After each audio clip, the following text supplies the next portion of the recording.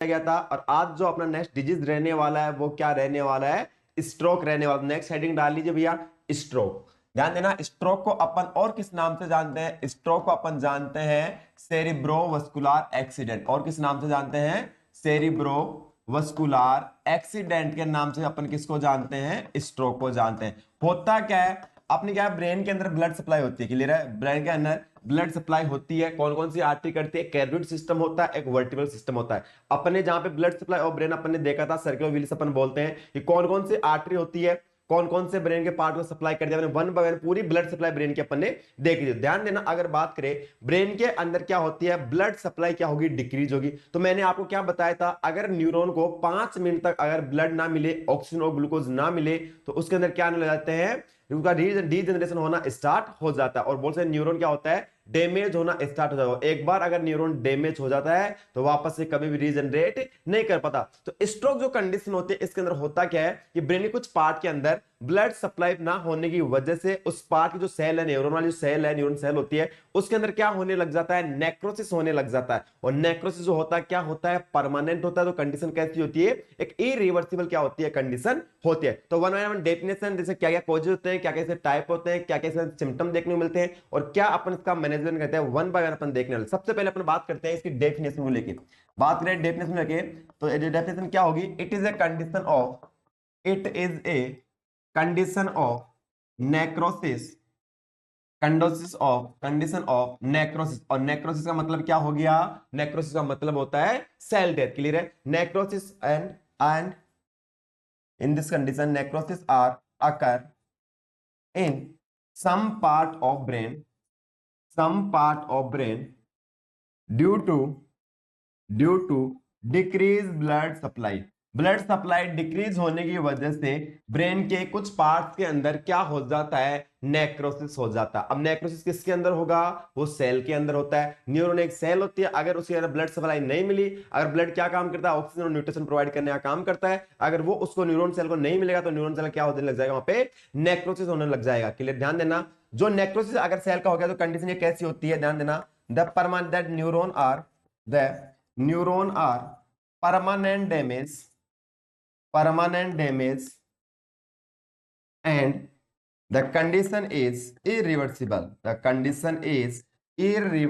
भैया। अब ध्यान देना, एक क्वेश्चन तो आपका एग्जाम के पॉइंट ऑफ व्यू यहीं से बन गया कि जो स्ट्रोक वाली जो कंडीशन होती है वो कैसी कंडीशन होती है, कि सर ये इरिवर्सिबल कंडीशन होती है। क्या होती है, इरिवर्सिबल कंडीशन होती है। क्यों अगर एक बार न्यूरॉन डैमेज हो गई, वो वापस से रीजनरेट नहीं कर गया, वापस से रीजन नहीं करिए तो कंडीशन कैसी होती है, इरिवर्सिबल कंडीशन। पहला क्वेश्चन तो आपका यहीं से बन गया कि जो स्ट्रोक कंडीशन होती है, सेरेब्रोवास्कुलर एक्सीडेंट कंडीशन होती है, वो कैसी होती है, इरिवर्सिबल कंडीशन। क्यों होता है कि इसके अंदर क्या होता है, न्यूरॉन सेल होती है, उसमें नेक्रोसिस होता है, और न्यूरॉन होता है क्या होता है, परमानेंट डैमेज हो जाता है। चलो इसके बाद अपन बात करते हैं, एक आपको वर्ड आपको सुना होगा आपने, ट्रांजिएंट इस्केमिक अटैक। क्या होता है, ट्रांजिएंट इस्केमिक अटैक। ये क्या होता है भैया, ध्यान देना, ये होता है primary indication of upcoming stroke. क्या होता है, it is a primary indication of upcoming stroke, primary indication of upcoming stroke. जो स्ट्रोक आने वाला है उस स्ट्रोक का क्या होता है, प्राइमरी इंडिकेशन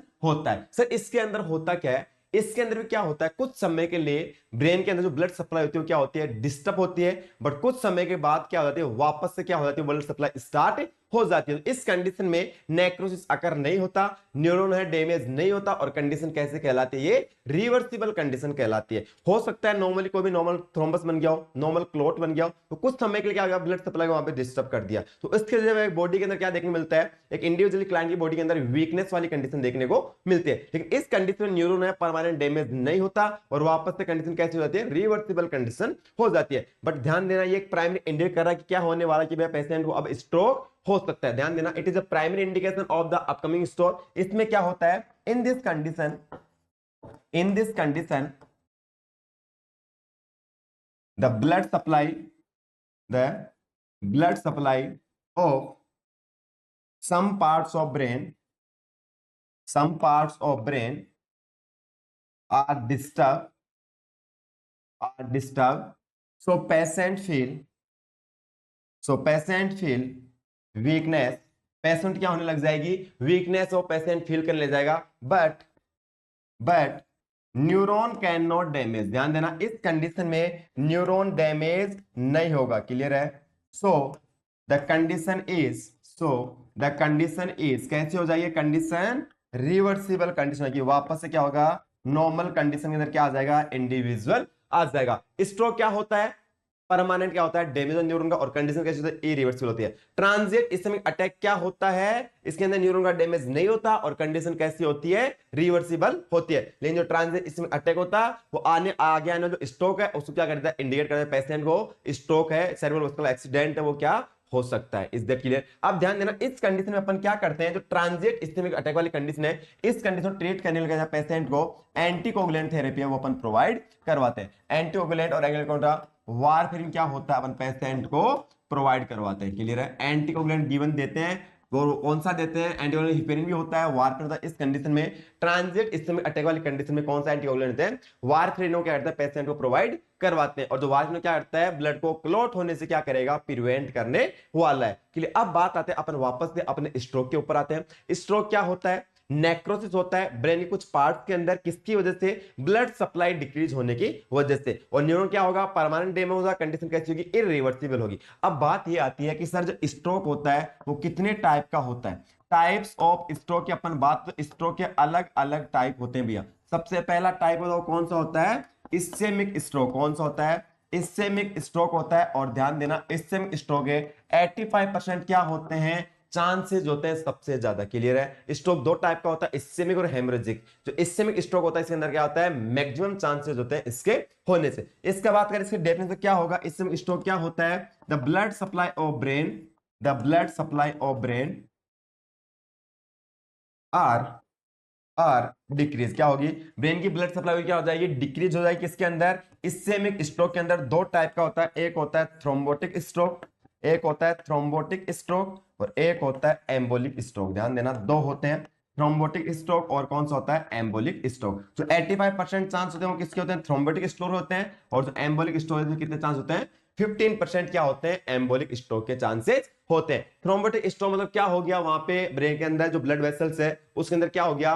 थ्रोम्बस का फॉर्मेशन हो गया। क्या क्या कारण होते हैं इसके होने के अपन आगे डील करेंगे। ध्यान देना, भी इतना ध्यान रख रहे हैं। थ्रोम्बस के अंदर क्या होता है? थ्रोम्बस का फॉर्मेशन हो जाता है, ब्लड क्या होता है? इकट्ठा हो जाता है। अब जब थ्रोम्बस का टुकड़ा टूट जाता है, वो टूट जाता है, ब्लड वेसल में क्या करता है? थ्रो करने लग जाता है। उसको अपन क्या बोलते हैं? उसको अपन बोलते हैं एम्बोलाई। क्लियर है? तो हो सकता है एम्बोलाई भी क्या करेगी? ब्रेन की ब्लड सप्लाई क्या करती है? डिक्रीज करने के लिए क्या होती है? जिम्मेदार होती है। तो एक टाइप तो कौन सा आ गया? Ischaemic stroke. और सेकंड टाइप होता है वो क्या होता है आपका? Haemorrhagic stroke. सेकंड कौन सा होता है? तो सेकंड होता है बेटा हेमरेजिक स्ट्रोक। और हेमरेजिक स्ट्रोक होता है, इसके क्या होते हैं? 15% चांस होते हैं होने के लिए। और हेमरेजिक स्ट्रोक के अंदर क्या होता है? जो ब्लड सप्लाई होती है ब्रेन की वो डिक्रीज होती है, क्योंकि कोई ब्लड वेसल है उसके रप्चर होने की वजह। इसकी डेफिनेशन अपन बात करें तो इसके अंदर क्या होगा? जो हेमरेजिक स्ट्रोक होता है उसके अंदर क्या हो जाएगी? अपने ब्रेन के अंदर इंटरनल ब्लीडिंग होने की वजह से प्रॉपर ब्लड सप्लाई है ब्रेन के हर एक पार्ट को नहीं हो पाएगी। क्लियर? वहां तो क्या हो गया? मान लो ये अपनी ब्लड वेसल है, ये अपने ब्रेन को जा रही है। क्लियर? अपना मान लो कैरोटिड सिस्टम है,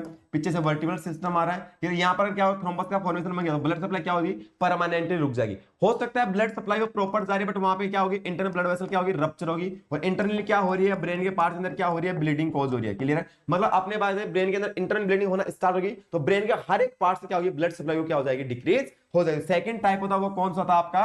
हेमरेजिक स्ट्रोक। इसके चांसेस कितने होते होने के?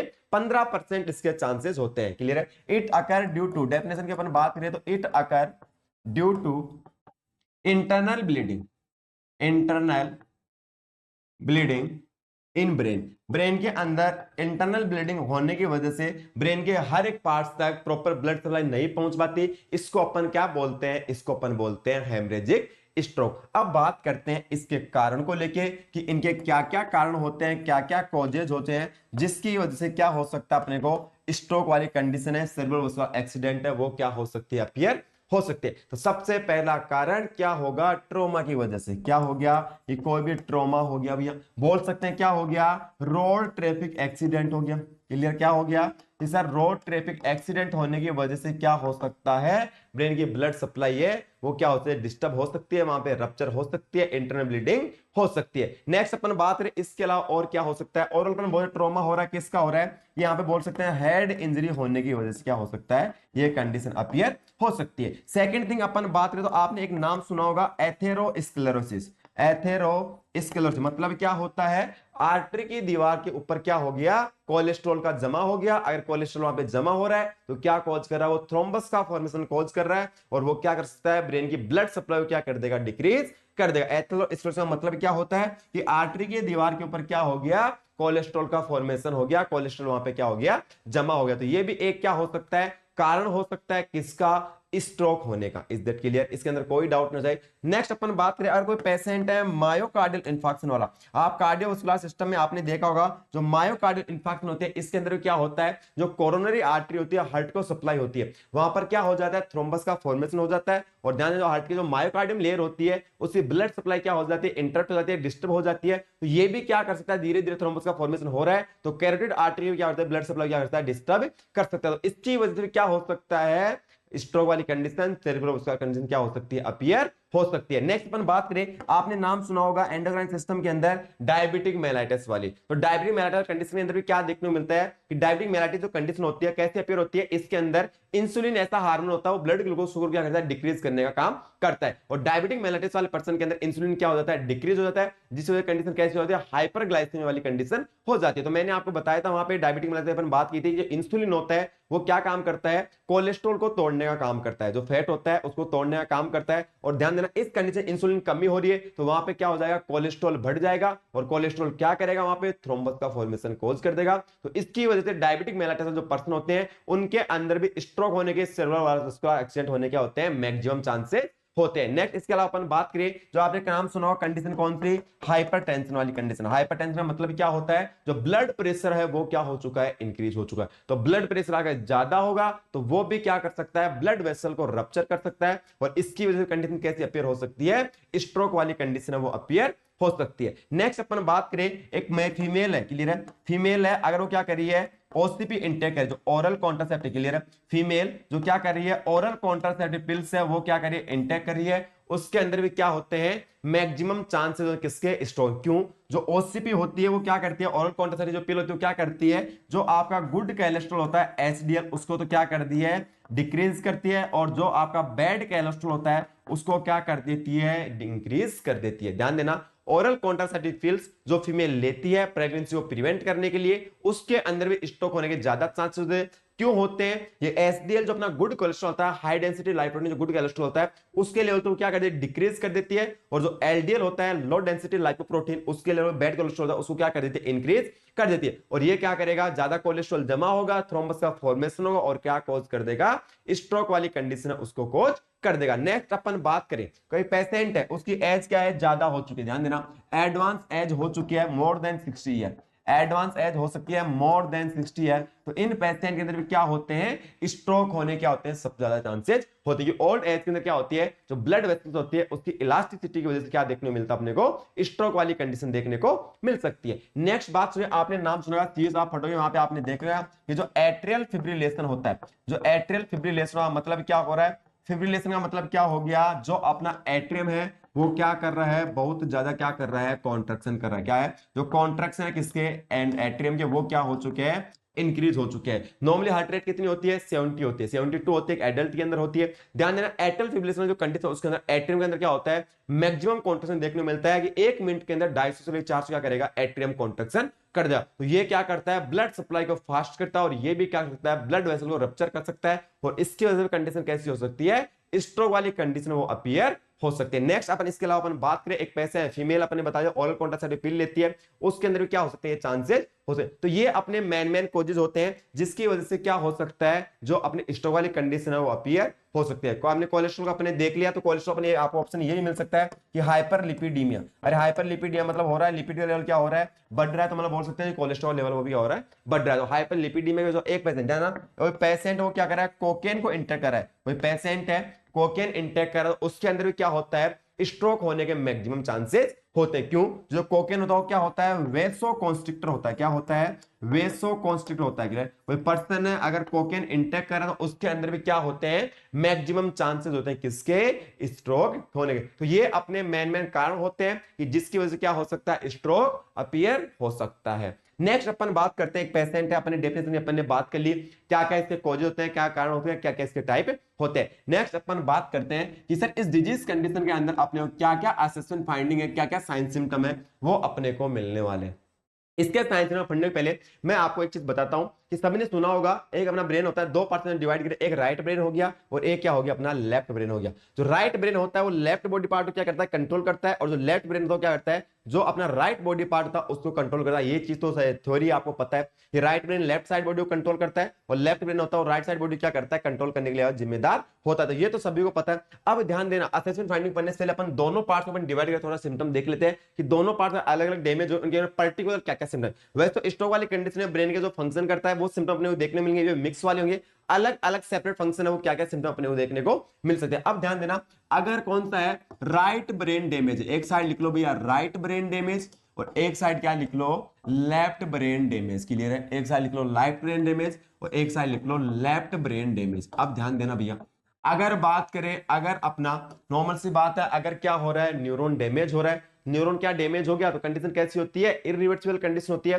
और क्या कॉज करेगा, वो पैरालिसिस वाली कंडीशन है उसको कॉज करेगा। क्योंकि न्यूरॉन होता है क्या फंक्शन करता है, सेंसरी फंक्शन भी करता है और मोटार फंक्शन भी करता है। सेंसरी मतलब सेंसेशन लेके जा रहा है, मोटार फंक्शन क्या कर रहा है, बॉडी पार्ट से मसल क्या करवा रहा है, मूवमेंट करवा रहा है। अगर न्यूरॉन डैमेज हो गया तो ना सेंसेशन करवाएगा और ना मूवमेंट करवाएगा, तो कंडीशन कैसी हो जाती है, पैरालाइसिस वाली कंडीशन। अगर ध्यान देना, अगर राइट ब्रेन डैमेज होता है तो फर्स्ट लाइन लिख लो, left side paralysis are occur, left side body paralysis occur. Clear है? अगर राइट ब्रेन डैमेज हो तो क्या होगा, आपकी बॉडी के अंदर लेफ्ट साइड पैरालिसिस है वो देखने को मिलने वाला है। अगर बात करें लेफ्ट साइड ब्रेन डैमेज हो तो क्या होगा, राइट साइड बॉडी पैरालिसिस देखने को मिलेगा। क्लियर है? राइट साइड बॉडी पैरालिसिस है वो अपने को देखने को मिलने वाला है। Is that clear? कोई डाउट नहीं होना है। अब अपन ने जनरली एनाटॉमी एंड फिजियोलॉजी की अपन ने बात की थी, वहां पे अपन ने देखा था कि एक एरिया होता है प्री फ्रंटल एरिया, नाम सुना था प्री फ्रंटल एरिया। जब अपने सेरिब्रम का फंक्शन की अपन बात कर रहे थे तो सेरिब्रम तीनों टाइम में फंक्शन करता है, सेंसरी करता है, मोटार भी करता है, मेंटल फंक्शन भी करता है। कौन? सेरिब्रम। तो मेंटल फंक्शन के अंदर अपन ने देखा था जो अपना प्री फ्रंटल एरिया होता है, जो एक इंडिविजुअल का थिंकिंग और जजमेंट के लिए क्या होता है, रेस्पॉन्सिबल होता है। और मेनली जो प्री फ्रंटल एरिया होता है उसमें भी मेनली कहां प्रेजेंट होता है, राइट साइड जो फ्रंटल एरिया होता है, राइट साइड में क्या होता है, प्रेजेंट होता है। कौन? अपना प्री फ्रंटल एरिया, जो किसके लिए जिम्मेदार होता है, इंडिविजुअल थिंकिंग के लिए, जजमेंट के लिए, रीजनिंग के लिए क्या होता है, जिम्मेदार होता है। अगर अपना राइट साइड ब्रेन डैमेज हो तो किसके अंदर डिस्टर्बेंस देखने को मिलेगा अपने को, disturbance in thinking and judgement. किसके अंदर देखने को मिलेगा, disturbance in thinking and judgement के अंदर अपने को डिस्टर्बेंस देखने को मिलने वाला है। क्यों? कि जो प्री फ्रंटल एरिया होता है, जो थिंकिंग और जजमेंट के लिए रेस्पॉन्सिबल होता है, वो मेनली कहां प्रेजेंट होता है, राइट फ्रंटल लोब के अंदर क्या होता है, प्रेजेंट होता है। अब अपन बात करते हैं, अगर लेफ्ट ब्रेन डैमेज हुआ तो वो क्या कॉज करेगा, तो वो कॉज करेगा disturbance in language and memory. किसमें डिस्टर्बेंस करेगा, disturbance in language and memory. Language and memory के अंदर क्या करने वाला है, डिस्टर्बेंस करने वाला। सर ऐसा क्यों? तो मैंने आपको बताया था कि बोलने के लिए कौन सा एरिया जिम्मेदार होता है, ब्रोकाज एरिया। अरे अपन ने देखा था एनाटॉमी एंड फिजियोलॉजी अपन बात कर रहे थे तो वहां पे अपन ने देखा था जो सेरिब्रम है वहां पर बात है, जो प्राइमरी मोटर एरिया होता है, एक ब्रोकाज एरिया होता है, मोटा के लिए रेस्पॉन्सिबल होते हैं। जो ब्रोकाज एरिया होता है क्लियर हो, किसके लिए रेस्पॉन्सिबल होता है, जो मसल अपने बोलने काम में ली जाती है उसके मूवमेंट के लिए जिम्मेदार था। कौन सा एरिया, ब्रोकाज एरिया। और मेनली कहां प्रेजेंट होता है, फ्रंटल लोब के अंदर प्रेजेंट होता है। और मेनली किस साइड में प्रेजेंट होता है, लेफ्ट फ्रंटल लोब के अंदर जो ब्रोकाज एरिया होता है वो क्या होता है, प्रेजेंट होता है। अगर लेफ्ट ब्रेन डैमेज हो रहा है तो ब्रोकाज एरिया भी क्या हो रहा है, डैमेज हो रहा है। अगर ब्रोकाज एरिया डैमेज हो रहा है तो इंडिविजुअल की लैंग्वेज और मेमोरी के अंदर क्या होने वाला है, डिस्टर्बेंस होने वाला। और मैंने आपको बताया था एनाटॉमी एंड फिजियोलॉजी को अच्छे से पढ़ लेना। अगर आपको एनाटॉमी फिजियोलॉजी आ रही है तो डिजिट पोर्शन के अंदर आपको कोई भी प्रॉब्लम नहीं आने वाली। तो मैंने आपको वहां पे बताया कि left mainly left frontal lobe होता है, वहां पर क्या होता है, अपना जो ब्रोकाज एरिया तो प्रेजेंट होता है। अगर लेफ्ट साइड ब्रेन क्या हो रहा है, डैमेज हो रहा है, तो फ्रंटल लोब है वो बात करें, लेफ्ट साइड जो फ्रंटल लोब है वहां पर ब्रोकाज एरिया वो भी डैमेज हो रहा है। और उसके किसके अंदर डिस्टर्बेंस देखने को मिलेगा बेटा, लैंग्वेज और मेमोरी के अंदर क्या देखने को मिलता है, डिस्टर्बेंस देखने को मिलता है। चले आगे। अब ध्यान देना, एक इंडिविजुअल है अगर उसकी सोचने की क्षमता और उसका जजमेंट करने की क्षमता उसके अंदर क्या हो चुका है, डिस्टर्बेंस हो चुका है, वो खत्म हो चुके हैं। चलो मैं कोई चीज सोच रहा हूं, अगर मेरी थिंकिंग है वो क्या हो चुकी है, लॉस्ट हो चुके हैं, तो मेरे को डिप्रेशन हो सकता क्या? डिप्रेशन कैसे अगर होता है, अपन ज्यादा सोचते हैं किसी चीज को लेकर तो वो क्या करते हैं, अपने को डिप्रेशन कॉज करती है। अगर कोई चीज है, कोई नेगेटिव चीज है, उसके बारे में बार बार ज्यादा सोचते हैं तो इसकी वजह से क्या हो सकता है, अपने को एक इंडिविजुअल डिप्रेशन के अंदर जा सकता है। अब मेरे को ये बताइए कि राइट ब्रेन डैमेज और लेफ्ट ब्रेन डैमेज के लिए वीडियो को होल्ड कीजिए और अपने मन के अंदर सोचिए कि राइट ब्रेन डैमेज वाले पेशेंट के अंदर क्या होगा, डिप्रेशन अकर होगा, या लेफ्ट ब्रेन डैमेज वाले पर्सन के अंदर डिप्रेशन होगा। वीडियो को पॉज कीजिए, मन के अंदर थोड़ा सोचिए कि बात करिए राइट ब्रेन डैमेज होगा तब डिप्रेशन अकर होगा या लेफ्ट ब्रेन डैमेज होगा तब डिप्रेशन अकर होगा। क्लियर है? खुद सोचना एक बार, वीडियो को पॉज किसके अंदर ये देखने को मिला, क्योंकि ऐसे याद करोगे तभी आपको पूरा थ्योरेटिकल पोर्शन है वो आपको याद हो पाएगा। चलते हैं आगे, मैं आपको बताता हूं। ध्यान देना, अगर एक इंडिविजुअल है उसका थिंकिंग और जजमेंट, अगर बात करें ये सोचने की क्षमता वो क्या हो चुकी है, डिस्टर्ब हो चुकी है, मतलब इंडिविजुअल है वो सोच ही नहीं सकता, तो उसके अंदर डिप्रेशन भी अकर नहीं होगा। तो ध्यान देना, राइट ब्रेन डैमेज हो रहा है तो इस कंडीशन में depression does not occur. Clear है? तो डिप्रेशन है वो अकर नहीं होने वाला किसके अंदर, राइट ब्रेन डैमेज। बट ध्यान देना, लेफ्ट ब्रेन डैमेज हो रहा है तो उसका थिंकिंग और जजमेंट तो क्या है, एकदम एक्यूरेट है। तो वो क्या सोचेगा कि मैं ना तो बोल पा रहा हूं ना मेरे को कुछ याद है, ये चीज सोच के पर्सन क्या चलेगा, डिप्रेशन के अंदर जा सकता है। तो ध्यान देना भैया, तो लेफ्ट ब्रेन डैमेज हो रहा है, इस कंडीशन क्या हो सकता है, डिप्रेशन कैन अकर। क्लियर है? डिप्रेशन क्या हो सकता है, अकर हो सकता है। ऐसे याद करोगे तभी आप ये कॉन्सेप्ट क्लियर हो पाएंगे भैया। क्लियर है? अपने माइंड को थोड़ा कंसंट्रेट कीजिए और ऐसी चीजों को याद करोगे अपने आप याद हो जाएंगे। अब ध्यान देना, अगर बात करें, अगर अपना राइट ब्रेन डैमेज हो रहा है और उसकी जो सोचने और समझने की क्षमता वो क्या हो चुकी है, खत्म हो चुकी है। अरे सोचने और समझने की क्षमता क्या हो चुकी है, खत्म हो चुकी है, तो वो अपने बॉडी पार्ट्स के ऊपर ध्यान दे पाएगा क्या? क्लियर है? वो अपने बॉडी पार्ट्स के ऊपर ध्यान दे पाए, क्यों? अरे उसको पता ही नहीं, वो सोच ही नहीं पा रहा कि अपना इसके अंदर लेफ्ट बॉडी पैरालाइसिस वो देखने को मिल रहा है, तो लेफ्ट साइड बॉडी को क्या कर देगा, नेग्लेक्ट कर देगा। क्लियर? तो ध्यान देना, इस कंडीशन क्या होगा, neglect syndrome can occur. Clear है? Neglect syndrome can occur. Clear है? कि इंडिविजुअल है उसके अंदर क्या होगा, नेग्लेक्ट सिंड्रोम होगा, उसके बॉडी पार्ट को इंडिविजुअल क्या करेगा, नेग्लेक्ट। क्यों? उसके अंदर सोचने की क्षमता बिल्कुल भी नहीं है। लेकिन बाद लेफ्ट ब्रेन अगर डैमेज हो रहा है, क्लियर, तो वो पेशेंट क्या होता है, अवेयर रहता है अपने सिस्टम सिम्टम को लेकर। क्लियर है? Aware about her symptom. Clear? उसकी बॉडी के अंदर क्या सिम्टम आ रहे हैं उनको लेकर क्या रहता है, लेफ्ट ब्रेन डैमेज वाला पर्सन अवेयर रहता है। क्यों? कि उसका थिंकिंग और जजमेंट वाला जो एरिया है, प्री फ्रंटल एरिया है, वो अभी भी क्या है, सेफ है। तो वो सोच भी सकता है, वो समझ भी सकता है चीजों को। सिर्फ उसके अंदर किसके अंदर डिस्टर्बेंस देखने को मिला है, लैंग्वेज और मेमोरी के अंदर डिस्टर्बेंस देखने को मिलता है। तो ये दोनों ये तो क्या होते हैं, इसके अंदर पर्टिकुलर सिम्टम है वो अपने को देखने को मिलते हैं राइट ब्रेन डैमेज के अंदर और लेफ्ट ब्रेन डैमेज के अंदर। अब हो सकता है और किसी पार्ट के अंदर भी क्या होता है, डैमेज कॉज हो सकता है। तो इसके अलावा अपन बात करें, वन बाय वन देखते हुए चलेंगे, हर एक टर्मिनोलॉजी को क्लियर करते हुए चलेंगे कि सेरेब्रोवास्कुलर स्ट्रोक वाले पेशेंट के अंदर क्या क्या सिम्टम है वो और अपीयर हो सकते हैं। तो लीजिए भैया, नेक्स्ट अपन लेकर अपन बात करते हैं, तो क्या देखने को मिलेगा, पैरालिसिस कैन अकर। क्लियर है? क्या होगा, पैरालिसिस कैन अकर। कि पैरालिसिस है वो अपने को देखने को मिलेगा। क्यों देखने को मिलेगा, कि न्यूरॉन क्या हो चुका है, डैमेज हो चुका है। नेक्स्ट इसके अलावा और क्या देखने को मिलेगा, एक कंडीशन आपने वर्ड सुना होगा, क्या, अग्नोसिया। क्या है, अग्नोसिया। और अग्नोसिया मतलब क्या है, जानी पहचानी चीजों को भूल जाना। क्या होता है, जानी पहचानी चीजों क्या हो रहा है, भूल रहा है। कौन, एक इंडिविजुअल। क्लियर है? उसका क्या हो गया, हो सकता है लैंग्वेज मेमोरी है वो डिस्टर्ब हो चुकी है, थिंकिंग जजमेंट है वो क्या हो चुका है, डिस्टर्ब हो चुका है। तो एग्नोसिया का मतलब क्या होता है, जो इंडिविजुअल है उसको आप जानते हो। अब जैसे मान लो आपने अमिताभ बच्चन को मूवी देखा है, क्लियर है, अगर स्ट्रोक वाली कंडीशन अपीयर हुई, वो क्या हो रहा है, यार इस इंडिविजुअल को मैंने देखा हुआ है, इसको मैंने देखा हुआ बट इसका मैं नाम पता नहीं लगा पा रहा है। कोई रिश्तेदार अपने घर में आ गया, यार इसको मैं जानता तो हूं बट इसको पहचान नहीं पा रहा, मेरे को इसका देखा हुआ है बट इसका नाम क्या है मैं इसको नहीं जान पा रहा। मतलब जानी पहचानी चीजों को भूलना क्या कहलाता है, वो कहलाता है अग्निशय। Is that clear? ध्यान देना, इसके अंदर क्या होता है, डिस्टर्बेंस इन बात कर सकते हैं thinking and judgement, thinking and judgement and understand the problem, understand the object. Disturbance हो रहा है किसके अंदर, थिंकिंग के अंदर, जजमेंट के अंदर और अंडरस्टैंड के अंदर। इसके अलावा अपन बात करें कि इसके अंदर और क्या देखने को मिल सकता है, एक इन जानी पहचान जो चीजें होती है उसको अपन क्या होता है, इंडिविजुअल भूल जाता है। नेक्स्ट अपन बात करें, आपने एक वर्ड सुना होगा कौन सा, एप्रेक्सिया। नेक्स्ट बात करें, कौन सा वर्ड सुना आपने, एपरेक्सिया। एपरेक्सिया का मतलब क्या होता है कि जानी पहचानी कोई आपकी एक्टिविटी है, उस एक्टिविटी को क्या कर रहा है, भूल रहा है। क्लियर है, ध्यान देना, जानी पहचानी एक्टिविटी है उसको क्या कर रहा है, भूल रहा है। इसको अपन क्या बोलते हैं, इसको अपन बोलते हैं भैया एपरेक्सिया। जैसे आपको सिग्नेचर करना आते थे और स्ट्रोक होने के बाद आप सिग्नेचर करना भूल गए हो, मतलब जानी पहचानी चीज है। क्लियर है, तो जानी पहचानी जो आपकी एक्टिविटी है, जो एक्टिविटी आप कर रहे हो उस एक्टिविटी को क्या कर रहे हो, आप भूल पा रहे हो, इसको अपन क्या बोलते हैं, इसको अपन बोलते हैं भैया एपरेक्सिया। इसके अंदर आपको कोई भी डाउट नहीं होना चाहिए, ध्यान देना। क्लियर है, तो ध्यान देना, दोनों को अपन क्या कर सकते हैं, इसके अंदर बोल सकते हैं कि इनेबिलिटी हो रही है किसके अंदर, किसी ऑब्जेक्ट को पहचानने के अंदर। क्लियर है, बोल सकते हैं, आपको डेफिनेशन अलग से बात करें, अग्नोसिया मतलब क्या हो गया, inability to recognise a familiar object. Clear है, मतलब एक फेमिलियर ऑब्जेक्ट को आप क्या कर रहे हो, पहचान नहीं पा रहे। और इसके अंदर क्या ले सकते हो, inability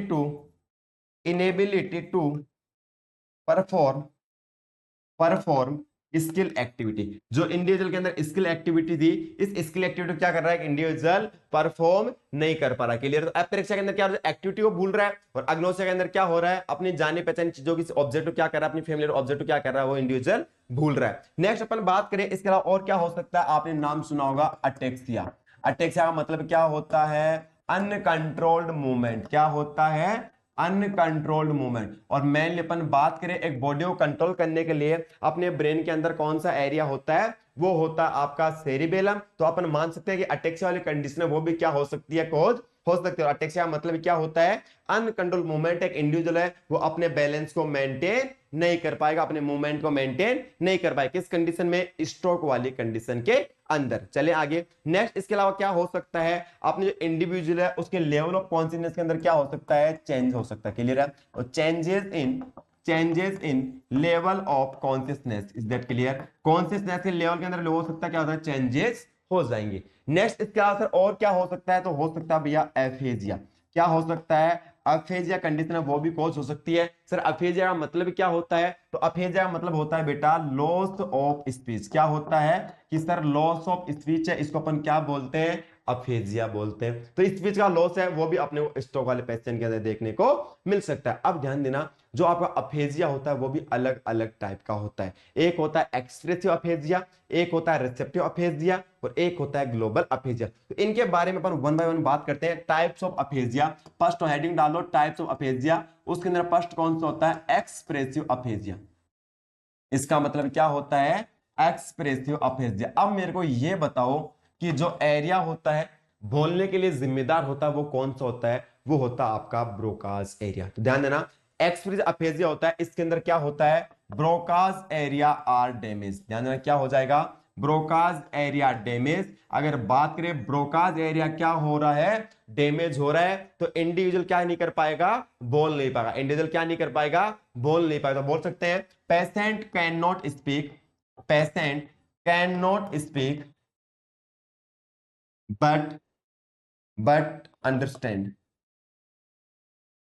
but understand the word, is that clear. क्यों, तो मैंने आपको बताया जब हम एनाफिजियो की अपन बात करें, जो ब्रोकाज एरिया होता है वो तो किसके लिए जिम्मेदार होता है, बोलने के लिए जिम्मेदार होता है। और टेम्पोरल लोब के अंदर एक एरिया प्रेजेंट होता है, कौन सा, वर्निक सेंसरी स्पीच एरिया, वो किसके लिए जिम्मेदार होता है, अंडरस्टैंड द वर्ड करने के लिए क्या होता है, जिम्मेदार होता है। अरे मैं बोल पा रहा हूं, ये तो ब्रोकाज एरिया की वजह से बोल पा रहा हूं। अगर मैं किसी आप मेरे को समझ पा रहे हो, मैं जो चीज बोल रहा हूं उसको आप समझ पा रहे हो या नहीं समझ पा रहे हो, किसकी वजह से कर पा रहे हो, वो आप वर्निक सेंसरी एरिया की वजह से कर पा रहे हो। बट ध्यान देना, एक्सप्रेसिव अफेजियल कंडीशन के अंदर क्या होता है भैया, ब्रोकाज एरिया डैमेज होता है, स्टार मार्क कर लेना। और ध्यान देना, पेशेंट कह रहे हैं बोल नहीं सकता, बट पेशेंट क्या कर सकता है, समझ सकता है, किसके अंदर, एक्सप्रेसिव अफेजिया वाली कंडीशन के अंदर। नेक्स्ट बात करें, सेकंड आता है आपका कौन सा, रिसेप्टिव अफेजिया। कौन सा आएगा, रिसेप्टिव अफेजिया। और रिसेप्टिव अफेजिया वाली कंडीशन क्या होता है, वर्निक्स एरिया आर डैमेज। क्या होगा, वर्निक्स एरिया होगा वो क्या हो जाएगा, डैमेज हो जाएगा। मतलब अपन क्या बोल सकते हैं, अगर वर्निक्स एरिया अगर डैमेज हो रहा है तो क्या करवाएगा, patient can speak, patient can speak, इसका ब्रोकाज एरिया वो डैमेज नहीं हुआ, तो patient can speech but can not understand, clear है। लेकिन जो चीज उसको कोई बोल रहा है उस चीज को अंडरस्टैंड पेशेंट नहीं कर पाया, क्यों कि उसका जो वर्निक्स एरिया है जो अंडरस्टैंड करने के लिए जिम्मेदार होता है, समझने के लिए जिम्मेदार होता है, वो क्या हो चुका है, डैमेज हो चुका है। तो पेशेंट रिसेप्टिव एफिजिया कंडीशन के अंदर पेशेंट बोल सकता है बट पेशेंट समझ नहीं पाता, क्यों उसका जो समझने वाला एरिया वो क्या हो चुका है, डैमेज हो चुका है। एक इंपॉर्टेंट चीज यहाँ पे क्या देखने को मिलती है रिसेप्टिव एफिजिया के अंदर, वर्ड सलाद कैन अपीयर, ध्यान देना रिसेप्टिव एफिजिया के अंदर क्या होगा, वर्ड सलाद अपीयर, क्यों होगा, इंडिविजुअल है वो बोल तो सकता है बट समझ नहीं सकता, मैं उसको कुछ बोल रहा हूं उसको समझ में कुछ भी नहीं आ रहा बट क्या कर रहा है उसको रिप्लाई कर रहा है, उसके बारे में कुछ ना कुछ बोल रहा है, मतलब तो समझ में कुछ भी नहीं आ रहा फिर भी बोला जा रहा है, मतलब वो क्या कर रहा है उस शब्दों की क्या कर रहा है वो सलाद बना रहा है। तो वर्ड सलाद जो अपीयर होता है वो किसके अंदर होता है बेटा, रिसेप्टिव एफिजिया के अंदर होता है। इंपॉर्टेंट क्वेश्चन है, स्टार मार्क कर लेना,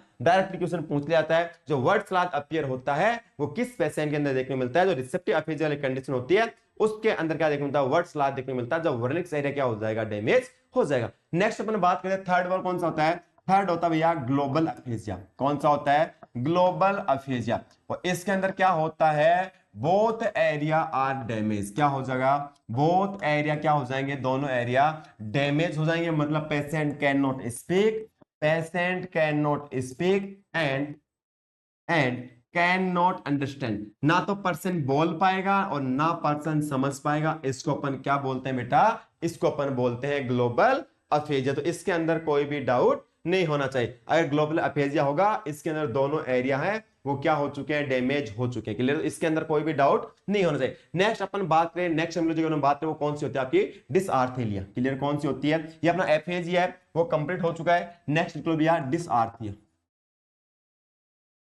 डिसआर्थिया का मतलब क्या होता है, difficulty in articulation of word, क्या होता है, difficulty in articulation of word, वर्डों का आर्टिकुलेशन नहीं कर पाता, एक शब्दों को एक प्रॉपर वे है उसके अंदर सेट नहीं कर पाता, इसको अपन क्या बोलते हैं, इसको अपन बोलते हैं डिसआर्थिया। कि शब्दों को है जो वर्ड है उसको प्रॉपर क्या नहीं कर पा रहा, उनका आर्टिकुलेशन नहीं कर पा रहा, इसको अपन क्या बोलते हैं, इसको अपन बोलते हैं डिस आर्ट। तो ये भी सिम्टम है, ये अपने को स्ट्रोक वाले पेशेंट के अंदर देखने को मिल सकता है। नेक्स्ट अपन बात है इसके अलावा और क्या सिम्टम है वो देखने को मिल सकते हैं, तो भैया change in bowel and bladder, change in bowel and bladder, bowel and bladder के अंदर भी अपने को क्या देखने को मिलेगा, चेंजेस देखने को मिलेगा। क्यों देखने को मिलेगा, जो नर्व सप्लाई होती है अपने यूरिनरी ब्लैडर को, जो नर्व सप्लाई होती है अपने इंटेस्टाइन वाले पार्ट को, तो उसके अंदर भी क्या हो जाएगा, डिस्टर्बेंस हो जाएगा, उसकी वजह क्या होगा, बाउल एंड ब्लैडर के अंदर भी क्या देखने को मिलेगा, अपने को चेंजेस देखने को मिलेगा। इसके अलावा किसके अंदर देखने को मिलेगा, चेंजेस इन रेस्पिरेशन, किसके अंदर,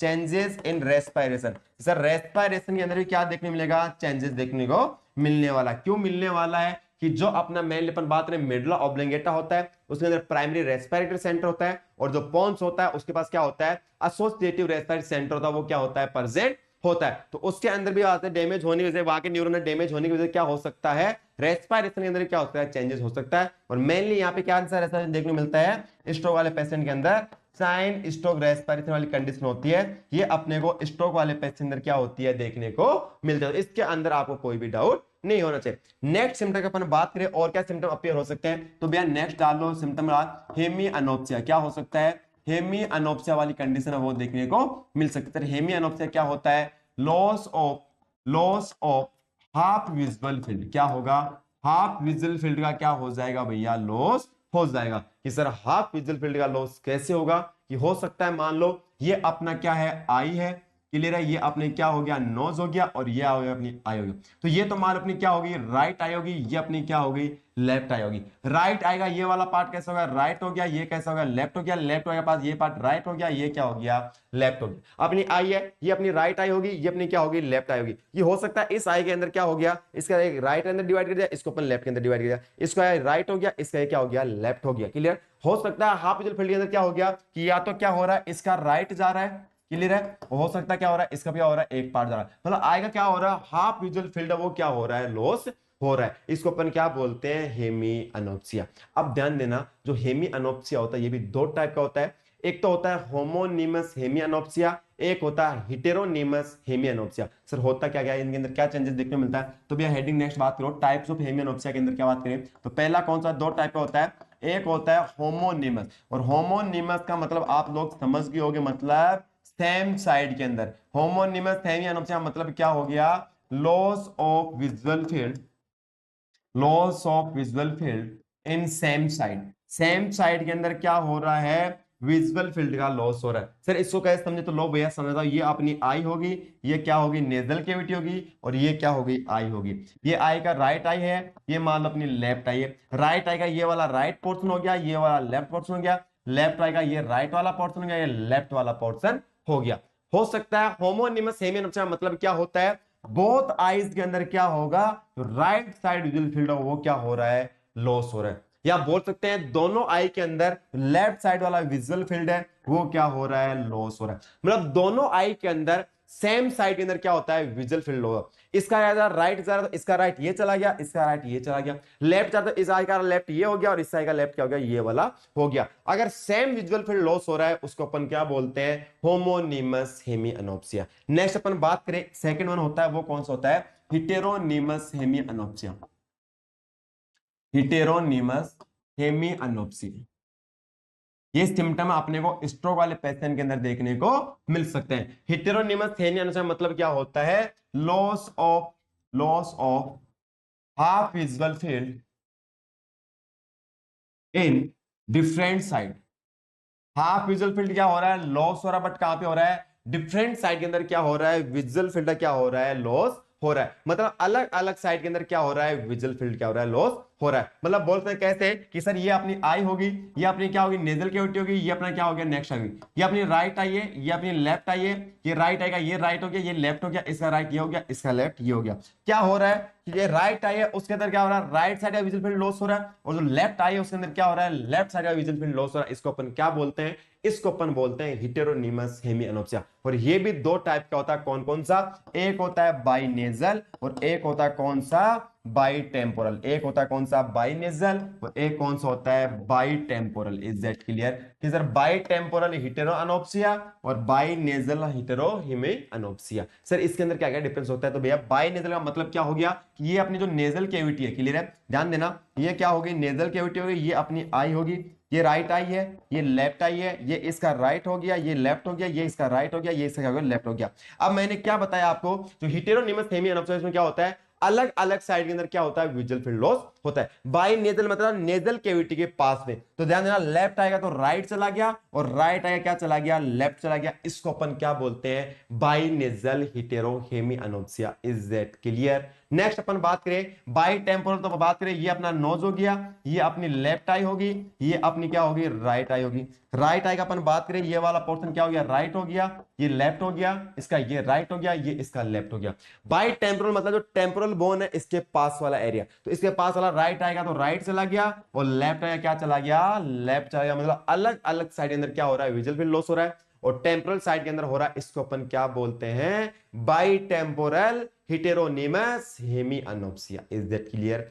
डायग्राम के माध्यम से समझ लेना, right left right left right left के अंदर बिल्कुल भी कंफ्यूज होने की जरूरत नहीं है। मैंने इमेज बना दी है, इस अकॉर्डिंग आप बार बार इस चीज को देखना, अपने आप समझ में आ जाएगा। इसके बारे में एग्जाम के अंदर क्या क्वेश्चन बनते हैं ये आपको अपन नर्सिंग में जब बात करेंगे वहां पे आपको इसके बारे में बताने वाला हूं। क्लियर है। नेक्स्ट अपन बात करते हैं इसके अंदर अपने को और क्या क्या देखने को मिल सकता है। बॉडी के अंदर वीकनेस देखने को मिल सकती है, लेवल ऑफ कॉन्शियसनेस के अंदर क्या होता है, चेंजेस होगा वो अपने को देखने को मिल सकता है। पैरालिसिस मैंने आपको बता दिया, वो आपको इसके अंदर देखने को मिल सकता है। नेक्स्ट अपन बात करते हैं ये कंडीशन अगर अपीयर होगी तो इसको अपन डायग्नोस कैसे करेंगे कि पेशेंट को है जो स्ट्रोक हुआ है। तो आ जाओ भैया, नॉर्मल सी बात है, पहला बात करें डायग्नोसिस को लेके, तो क्या क्या डायग्नोस करने वाले हैं। सबसे पहले फिजिकल एग्जामिनेशन, सभी को पता है कि फिजिकल एग्जामिनेशन पता लगा सकते हैं, सीटी स्कैन है, कंफर्मेटरी डायग्नोस नहीं मान सकते, एमआरआई है, इससे से पता लगा सकते हैं। और एक होता कौन सा, सेरिब्रल एंजियोग्राफी। क्लियर है। तो ये अपन क्या करते हैं, इस पेशेंट के अंदर असेस करते हैं डायग्नोसिस प्रोसेस कि पेशेंट स्ट्रोक वाली कंडीशन है वो है या नहीं है। सीटी स्कैन एमआरआई से कहां पर क्लोट का फॉर्मेशन अपन पता लगा सकते हैं। सेरेब्रल एंजियोग्राफी के द्वारा एक्चुअल जो लोकेशन है किसकी, जहां पे थ्रोम्बस का फॉर्मेशन हुआ है उसका अपन पता लगा सकते हैं। किसके द्वारा, सेरेब्रल एंजियोग्राफी के द्वारा। अगर ध्यान देना, पेशेंट को सेरेब्रल एंजियोग्राफी कर रहे हैं तो यहाँ पे अपन डाई का यूज करते हैं, और जब भी अपन डाई का यूज करते हैं तो ध्यान देना, advise the patient, teach the patient the warm places, the warm places on face and salty taste occur, ध्यान देना, पेशेंट को बताना है, क्या बताना है, क्या उसको बताना है कि जब भी अपन क्या कर रहे हैं, सेरेब्रल एंजियोग्राफी कर रहे हैं, तो आपके फेस के ऊपर वार्म फ्लिसेस आपको मिल सकते हैं और साल्टी टेस्ट है वो आपको अपेयर हो सकता है। और ध्यान देना, ये कंडीशन कैसी होती है, this condition it is normal condition. कैसी होगी ये कंडीशन, क्या होती है, नॉर्मल कंडीशन करती है। ये डाई की वजह से अपने को ये कंडीशन देखने को मिलती है। तो वार्म प्लेसेस या साल्ट टेस्ट है वो पेशेंट को बताना कि आपको नॉर्मल अपीयर होगा जब पेशेंट अपन क्या कर रहे हैं, सेरेब्रल एंजियोग्राफी कर रहे हैं और डाई का यूज कर रहे हैं। जैसे अपन प्रोसीजर कंप्लीट कर लेंगे उसके बाद पेशेंट को वो क्या करते हैं, ज्यादा करते हैं फ्लूइड के लिए एडवाइस करते हैं और उससे क्या करोगे, वापस से क्या निकल जाए, फिल्टर होकर जो अपनी जो डाई है वो बॉडी से बाहर निकल जाएगी और ना साल्ट टेस्ट अपीयर होगा ना वार्म प्लेस है वो देखने को मिलने वाला। तो ये एक चीज यहाँ पे इंपॉर्टेंट क्वेश्चन है, ध्यान देना भैया, स्टार मार्क कर लेना। एग्जामिनर आपको यहाँ पे क्या करता है, थोड़ा गुमराह करता है। अपन ने क्या जाना, वार्म प्लेसेज हो रहा है, साल्टी टेस्ट है वो अपीयर हो रहा है, तो कंडीशन क्या है, बहुत अनकंडीशन हो सकती है। सर कोई ना कोई प्रॉब्लम है वो कॉज हो रही नहीं भैया, सेरेब्रल एंजियोग्राफिक साथ डाई अगर अपन यूज करें, किसी पेशेंट के अंदर कोई कॉन्ट्रास्ट डाई अपन यूज करें, सीटी स्कैन के दौरान अपन यूज कर रहे हैं, क्लियर एमआरआई के अंदर अपन देखने को मिल रहा है, तो ये वार्म प्लेस है, साल्टी टेस्ट होता है। ये नॉर्मल कंडीशन होती है किसके अंदर, जब अपन कॉन्ट्रास्ट डाई क्या कर रहे हैं, अपन यूज कर रहे हैं। तो ये अपन डायग्नोस्टिक प्रोसीजर है अपन पेशेंट के अंदर कर सकते हैं। सर इसको अपन मैनेज कैसे करेंगे, बात आती है मैनेज को लेके, तो भैया आ जाओ मैनेजमेंट। तो सबसे पहले ध्यान देना, मेडिकल मैनेजमेंट अपन करते हैं। मैनेजमेंट अपन तीन तरीके से कर रहे हैं, मेडिकल मैनेजमेंट होता है, सर्जिकल मैनेजमेंट होता है और कौन सा होता है आपका, नर्सिंग मैनेजमेंट होता है। तो बात करें मेडिकल मैनेजमेंट को लेके, तो इन केस तो अलग अलग होगा। अगर थ्रोम्बोटिक है, अगर इस्चेमिक स्ट्रोक है, उसके अंदर अलग मैनेजमेंट होगा, और हेमरेजिक स्ट्रोक है उसके अंदर क्या होने वाला है, अलग मैनेजमेंट होने वाला। तो बात करते हैं इन केस ऑफ इस्चेमिक स्ट्रोक, ध्यान देना, पहले अपन बात करते हैं इन case of ischaemic stroke.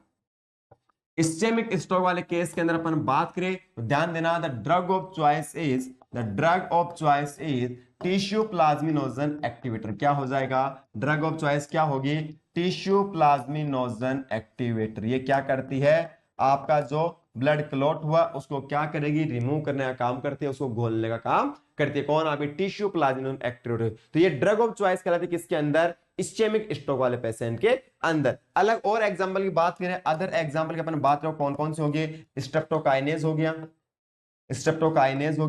Urokinase हो गया एंड एल्टीप्लेज हो गया। तो ये अपन क्या करते हैं, यूज करते हैं किसके अंदर, इस्चेमिक स्ट्रोक वाले पेशेंट के अंदर। ड्रग ऑफ चॉइस क्या होगी, टिश्यू प्लाज्मिनोजन एक्टिवेटर। नेक्स्ट बात करते हैं, इंपॉर्टेंट क्वेश्चन ध्यान देना भैया, क्या रहने वाला है, the tissue plasminogen activator are contraindicated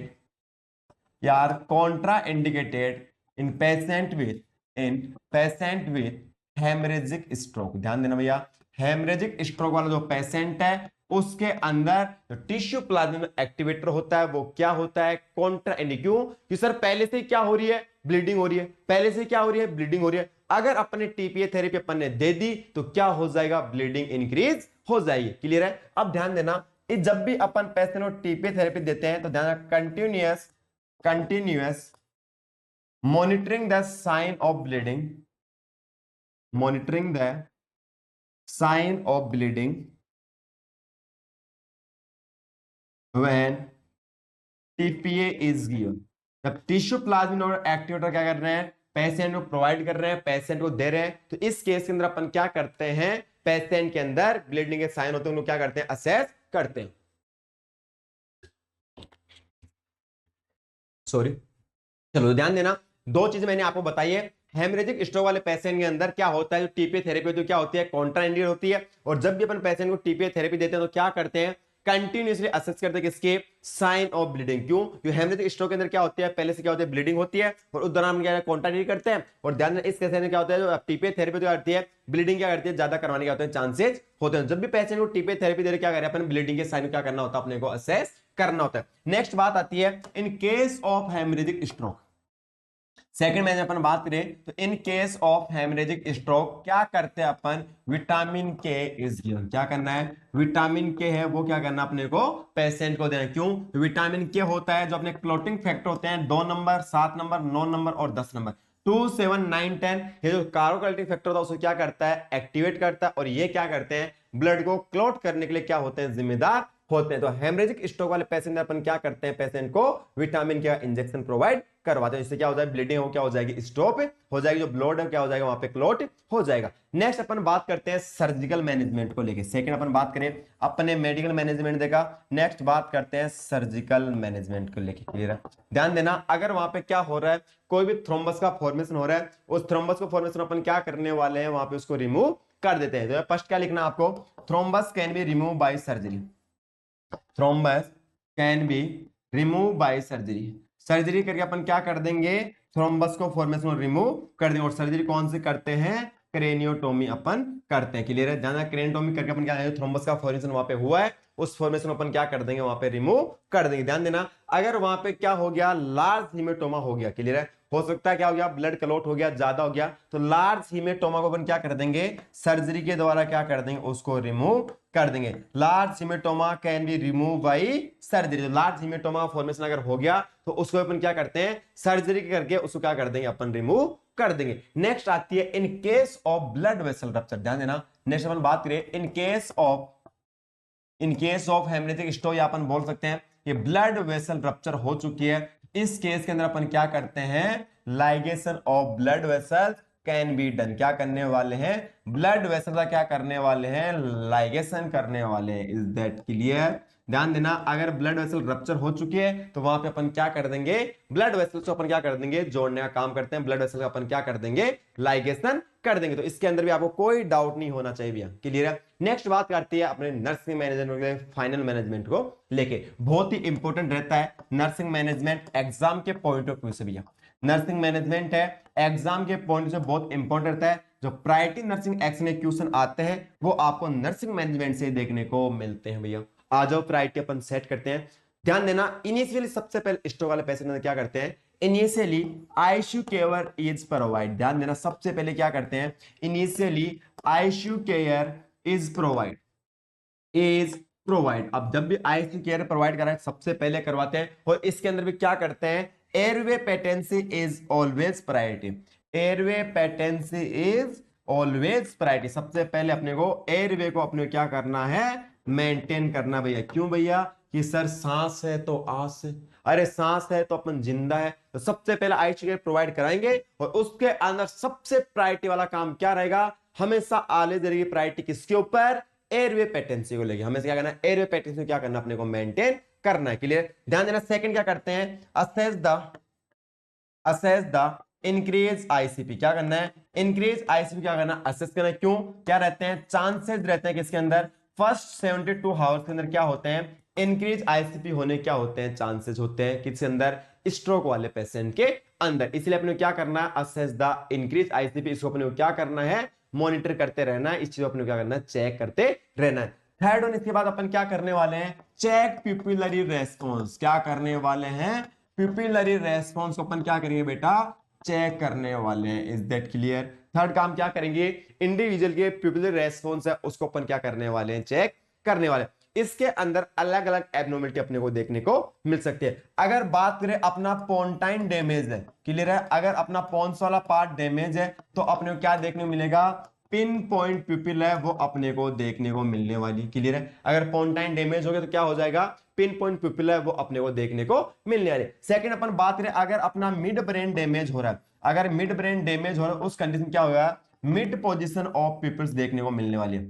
mid position of peoples है वो अपने को देखने को मिलने वाला किस केस के अंदर, अगर मिड ब्रेन डैमेज हो रहा है। देख अपन बात करें, अगर थर्ड क्रेनियल नर्व है वो क्या हो रही है, कंप्रेस हो रही है। अगर थर्ड क्रेनियल नर्व है वो क्या हो रही है, कंप्रेस हो रही है। मैंने आपको बताया था जब क्रेनियल नर्व की अपन ने बात की थी, तो थर्ड क्रेनियल नर्व होती है ओक्यूलोमोटर क्रेनियल नर्व, जो क्या करती है, अपने आई का मूवमेंट कराती है। इसके साथ साथ जो फोर्थ होती है और जो सिक्स्थ नंबर क्रेनियल नर्व होती है वो भी आती है आई का मूवमेंट करवाती है। बात करें अगर थर्ड क्रेनियल नर्व के ऊपर क्या हो रहा है, कंप्रेशन कोज हो रहा है, तो उसकी वजह से क्या देखने को मिलता है, यूनिलेटरल पिपिल डायलेशन है वो देखने को मिलने वाला। क्या देखने को मिलने वाला है, यूनिलेटरल पिपिल डायलेशन है वो अपने को देखने को मिल सकता है। वन बाय वन अपने पिपिलरी रेस्पॉन्स उसको चेक करना है और इसके अंदर इन तीनों चीजों को अपने को चेक करना है। और ये तीनों चीजों अगर अपने को देखने मिले, अगर पिन पॉइंट पिपिल देखने को मिलता है तो अपन क्या मान सकते हैं, पेशेंट क्या हो चुका है, जो पोन्स वाला पार्ट है वो क्या हो चुका है, डैमेज हो चुका है। नेक्स्ट अपन बात करें, अगर मिड पोजीशन पिपिल देखने को मिल रही है तो मिड ब्रेन का डैमेज अपन मान सकते हैं, कंफर्म नहीं मान सकते। अगर यूनिलेटरल पिपिल डायलेशन देखने को मिला, अपन क्या बोलो, थर्ड क्रेनियल नर्व क्या हो चुका है, कंप्रेस हो जाए। तो ये कंडीशन अपने को देखने को मिलेगी, वो यहाँ पर अगर वो डैमेज होगा तो उसकी वजह से कंडीशन होते हैं, वो क्या होती है देखने को मिलती है। तो अपने क्या करना है, पिपलरी रेस्पॉन्स अपने क्या करना होता है बेटा, चेक करना होता है। नेक्स्ट अपन बात करें और मैनेजमेंट अपन क्या करने वाले, तो भैया one by upon nursing management लेकर बात करना है।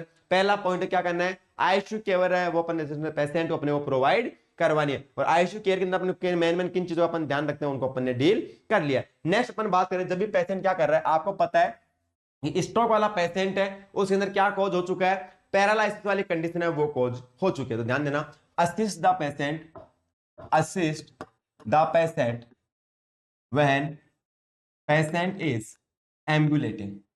अगर पेशेंट क्या कर रहा है, घूमने की इच्छा कर रहा है कि मैं घूमना चाहता हूं भैया, तो पेशेंट को क्या करना है, असिस्ट करना है। पेशेंट को क्या करना है, पेशेंट को हमेशा सपोर्ट प्रोवाइड कराना, क्योंकि पेशेंट का जो कंट्रोल है, जो उसका मूवमेंट है, उसका बैलेंस है, वो भी डगमगा चुका है स्ट्रोक वाले पेशेंट का। और पेशेंट का जो वीकनेस है एक बॉडी पार्ट के अंदर है, एक हाफ पार्ट बॉडी पार्ट में क्या देखने को मिल रहा है, वीकनेस देखने को मिल रही है। तो उसकी वजह से जब भी पेशेंट क्या कर रहा है, चल रहा है, उस पेशेंट पर क्या करना होता है, हमेशा असिस्टेंस है वो प्रोवाइड करवाना होता है। क्लियर है, क्यों अकेले छोड़ेंगे पेशेंट है गिर सकता है और उसको क्या और क्या हो सकती है, इंजरी कोज हो सकती है। नेक्स्ट अपन बात करें, इसके अलावा थर्ड अपन बात करें, प्रोवाइड या एडवाइस एंटी स्टोकिंग एम्बोलिज्म। ध्यान देना, एंटी स्टोकिंग गारमेंट्स है वो अपने पेशेंट को क्या करना है, एडवाइस करना है। तो ये क्या करते हैं कि भैया वार्मनेस करते हैं, ब्लड को क्या करते हैं, गर्म करने का काम करते हैं। अगर ब्लड वार्म होगा तो क्या होगा, ब्लड के क्लॉट होने क्या होंगे, मिनिमम चांस होते हैं। तो पेशेंट को क्या एडवाइस करना है कि आप स्टोकिंग गारमेंट है, आप इमेज जाके देखना, ध्यान देना, इमेज देखना, गूगल के ऊपर जाना और गूगल पर वहां पे डालना एंटी स्टोकिंग इमेज, यहां पे डालना एंटी स्टोकिंग गारमेंट इमेज। वहां पे आपको देखने मिला जो लोअर एक्सट्रीमिटीज होती है उसके अंदर क्या होता है, एक गारमेंट्स आता है, वो क्या होता है, अपन उसको पहना देते हैं और वो क्या करता है, वहां पे वार्मनेस है वो प्रोवाइड करवाता है। गूगल पे जाना, इमेज देखना, इमेज बेस्ड क्वेश्चन ये भी आपके एग्जाम के अंदर देखने को मिलेंगे। बाकी अपन जब बात करेंगे क्वेश्चन सेशन अपन डील करेंगे, क्वेश्चन सेशन को अगर अपन डील करेंगे वहां पे मैं आपको दिखाऊंगा कि एंटी स्टोकिंग गारमेंट की इमेज होती है वो कैसी होती है, इसके अंदर अलग अलग क्या क्या, सीटी स्कैन कैसा होता है, एमआरआई कैसा होता है। जब हम क्वेश्चन को डील करेंगे वहां पर सारी चीजें वो आपको मैं बताने वाला हूं। नेक्स्ट यहाँ पे ध्यान देना, फोर्थ नंबर अपन बात करें और क्या अपन यहाँ पे नर्सिंग मैनेजमेंट करते हो, ध्यान देना, अगर पेशेंट है वो क्या कर रहा है, नेग्लेक्ट सिंड्रोम अकेले हो रहा है। मैंने आपको बताया था कि अगर क्या हो रहा है, पेशेंट को अगर राइट ब्रेन डैमेज हो रहा है तो उस पेशेंट को थिंकिंग और जजमेंट वाला जो एरिया है वो क्या हो चुका है, डैमेज हो चुका है। इसलिए पेशेंट अपनी बॉडी क्या करता है, नेग्लेक्ट करता है। तो इन केस ऑफ नेग्लेक्ट सिंड्रोम, ध्यान देना, इन case of neglect syndrome, in case of neglect syndrome provide body care. Clear है, क्या करना है, इंडिविजुअल जो बॉडी है जिस पार्ट को नेग्लेक्ट कर रहा है उसे क्या करनी है, अपने को बॉडी की केयर अपने को पेशेंट को करनी है। नेक्स्ट ध्यान देना, और अपन क्या करेंगे, place the object, place the object in his visual field, in his visual field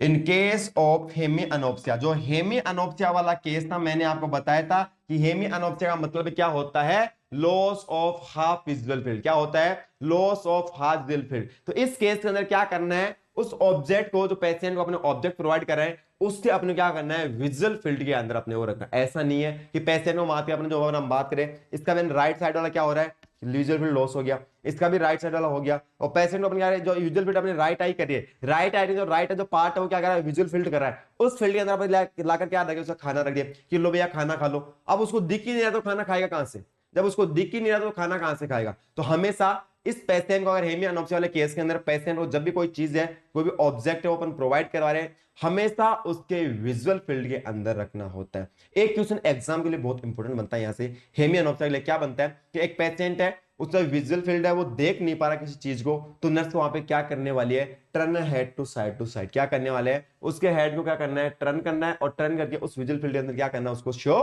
करना है। क्लियर, तो ध्यान देना, turn his face side to side क्या करते हैं अपन यहाँ पे मैनेजमेंट करते हैं। क्लियर है, तो ध्यान देना, एक क्वेश्चन है एग्जाम के अंदर बहुत बार पूछा जा चुका है कि हेमी अनोप्सिया वाले केस के अंदर पेशेंट को ऑब्जेक्ट शो करने के लिए अपने क्या करना चाहिए, या तो क्या करना चाहिए, उस ऑब्जेक्ट को उसके विजुअल फील्ड के अंदर क्या करना चाहिए, रखना चाहिए, या क्या करना चाहिए, उसके हेड को साइड टू साइड क्या करना चाहिए, अपने को टर्न करना चाहिए, जिससे क्या हो जाएगा, उस चीज को ऑब्जेक्ट को इजीली से क्या कर लेगा, विजुअलाइज कर लेगा। क्यों, अब ध्यान देना, जो हेमी अनोप्सिया वाली कंडीशन होती है मेनली अगर अपना विजुअल एरिया क्या हो गया, डैमेज हो गया, कहां पर विजुअल एरिया कहां प्रेजेंट होता है, ओसिपिटल लोब के अंदर क्या होता है, प्रेजेंट होता है। तो हेमी अनोप्सिया वाला केस के अंदर ध्यान रखना, पेशेंट को क्या करना है, उसके विजुअल फील्ड के अंदर क्या करना है, उस ऑब्जेक्ट को अपने क्या करना होता है, शो करना होता है। क्लियर। नेक्स्ट इसके अंदर बात करें, पेशेंट को क्या करना, अपने को एडवाइस करना है किसके लिए, कि आपको प्रॉपर्ली क्या करनी है बेटा, वहां पे एक्सरसाइज करनी है। क्लियर। तो जानना पेशेंट को क्या करना है, प्रोवाइड या advice, provide range of motion exercise. क्या करना है, पेशेंट को एक्सरसाइज है उसके लिए क्या करना है, एडवाइस करना कि आपको रेंज ऑफ मोशन एक्सरसाइज है